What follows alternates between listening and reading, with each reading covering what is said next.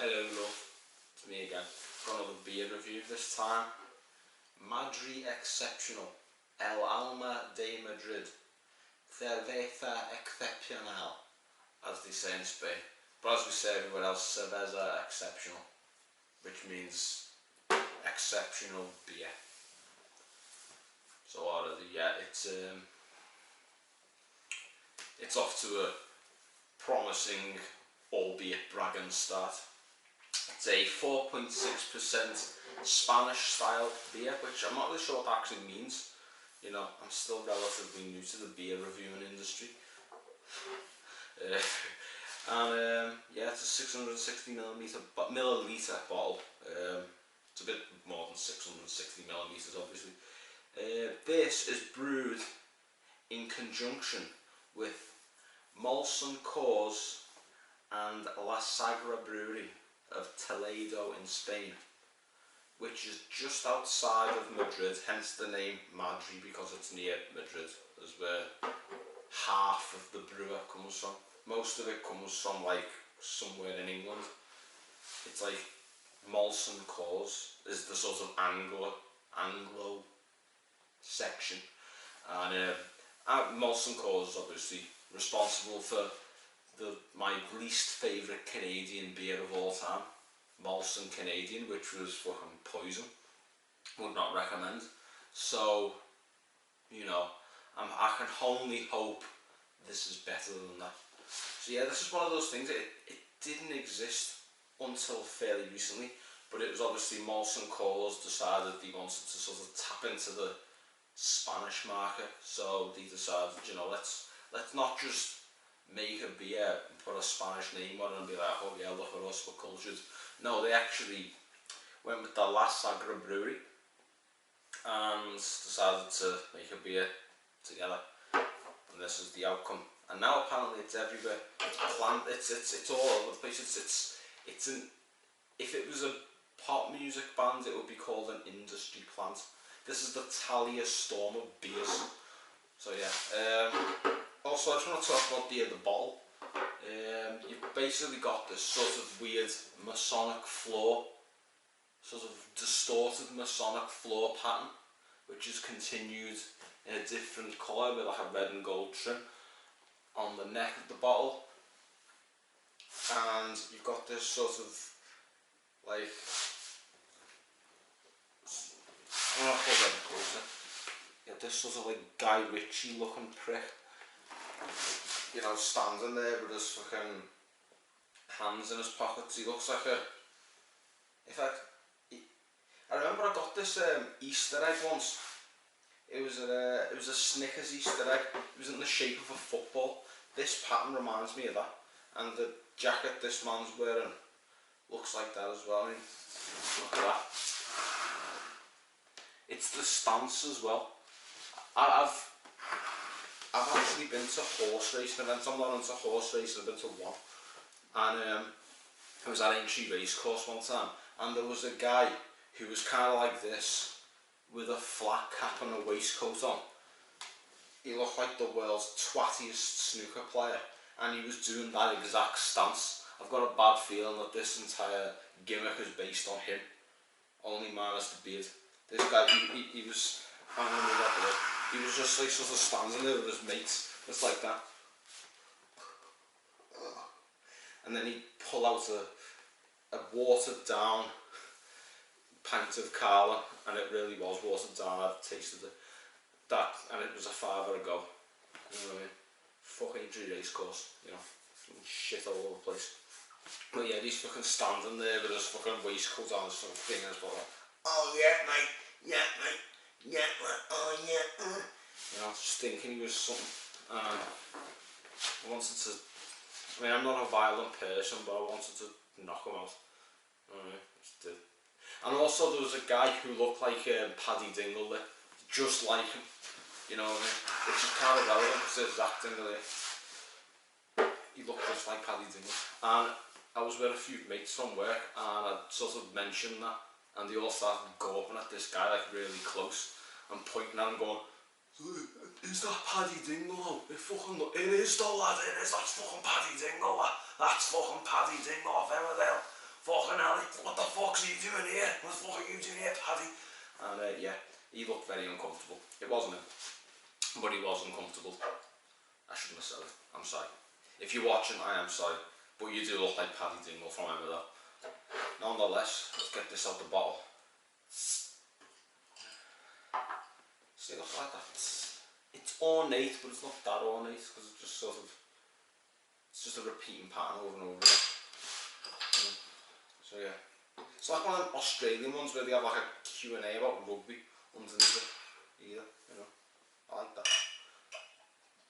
Yeah, fucking hell. Swat. Okay. Alright, so, yeah. Okay, Laura, it's a nice light golden colour with a 1 finger 30 liquid head and carbonation fucking domination. Yeah, so this is what Madri looks like out of the bottle. Let's have a sniff. Yeah, bit of peppery.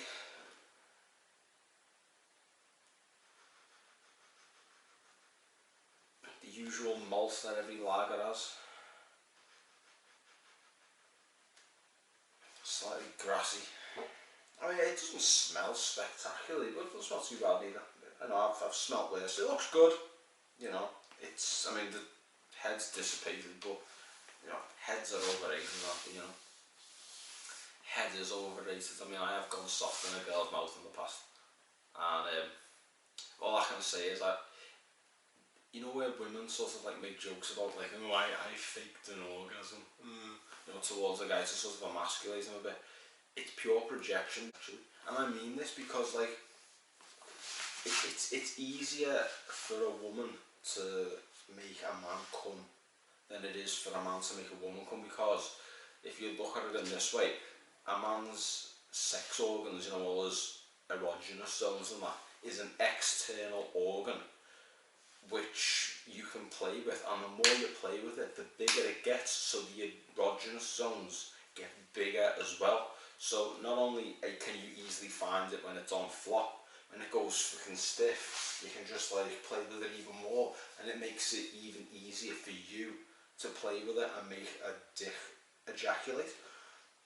Whereas with women, a man, it's harder for a man for a woman it's harder for a man to make a woman orgasm because it's all internal, isn't it? You know what I mean? You've got to sort of get in there and sort of move a few things out the way and sort of like find it. And even then, there's no guarantee you actually hit it because certain like clits and G-spots are bigger than others. And some aren't that sensitive, so you kind of got to improvise a bit and sort of like, you know, you've got to do everything in a specific way. It's not that easy. Whereas with a dick, it's sort of like pop. Whereas with a fanny, it's a bit more sort of, that didn't work, that didn't work, that didn't, oh yeah, that seems to be working, no it's not, never mind, I'll have to move it, oh yeah, now we got there, you know, and sometimes that doesn't always happen, it's a lot harder than you think. So it's harder for a man to make a woman orgasm, and it's easier for a woman to make a man orgasm. So when a woman fails to make a man orgasm, and he ends up going soft in her mouth, that must be a fucking confidence crippler. And I know this because I've had a woman try and suck me off, and I went soft in her mouth because it was a shit blowjob, not gonna lie. And I've never seen a woman look so sad in all my life. You know what I mean? I've been to like funerals and shit, and you know, this was actually more awkward. You know, the sadness in this girl's eyes, the pain, you know. And she blamed me for it. I was like, in the end, you know, coping mechanism, surely. But yeah, I do digress. Let's get back to the beer review. Madri. Will it be Madri Excepcional, or will it be Madri That's Disgusting Pal? There's only one way to find out, and it doesn't involve blowjobs. It's by tasting it. And there's only one way to find out if it's good or not. Bottoms up. I hope your bottoms. Here we go.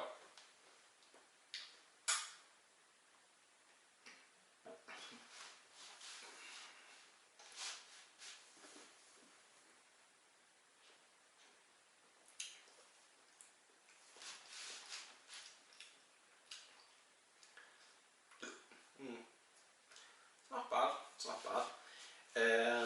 The peppery taste was there. The mouthfeel was really good.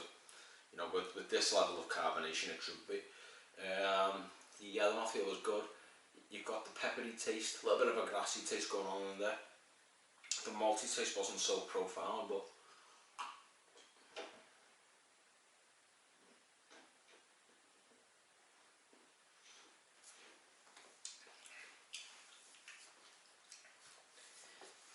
the thing is, it gets a little bit bitter on the aftertaste when you swallow it. It gets a bit more peppery at first, but then you get a bit of a taste of chemicals, which kind of, other than that, it would be decent.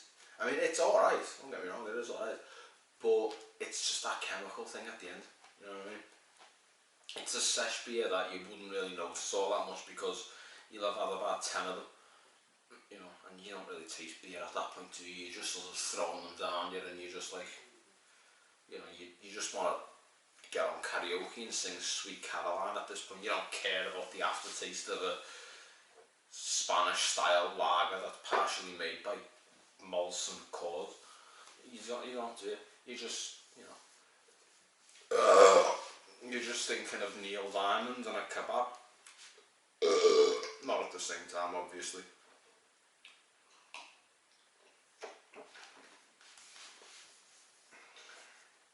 But all in all, it's pretty good. Just that little chemical taste at the end kind of spoils it, but not too much. You can still enjoy this. I'd have it again. I mean, I would. If I've seen this in a pub, and I've seen it in quite a few, you know what I mean, I'd consider it, you know, at the very least. You know, I'd look to see if there was something that I really liked first, obviously, but if I couldn't find it, this would get it. This would get the nomination, and I'd be happy to drink it. So yeah, I'd go there for about 6. You know, I'll give it a 7. I think I'm being a bit too harsh there. Yeah, 7 out of 10 because it's, you know, it's not the best, but it's not the worst either. It's okay. It's alright. It's good. It's good. So yeah.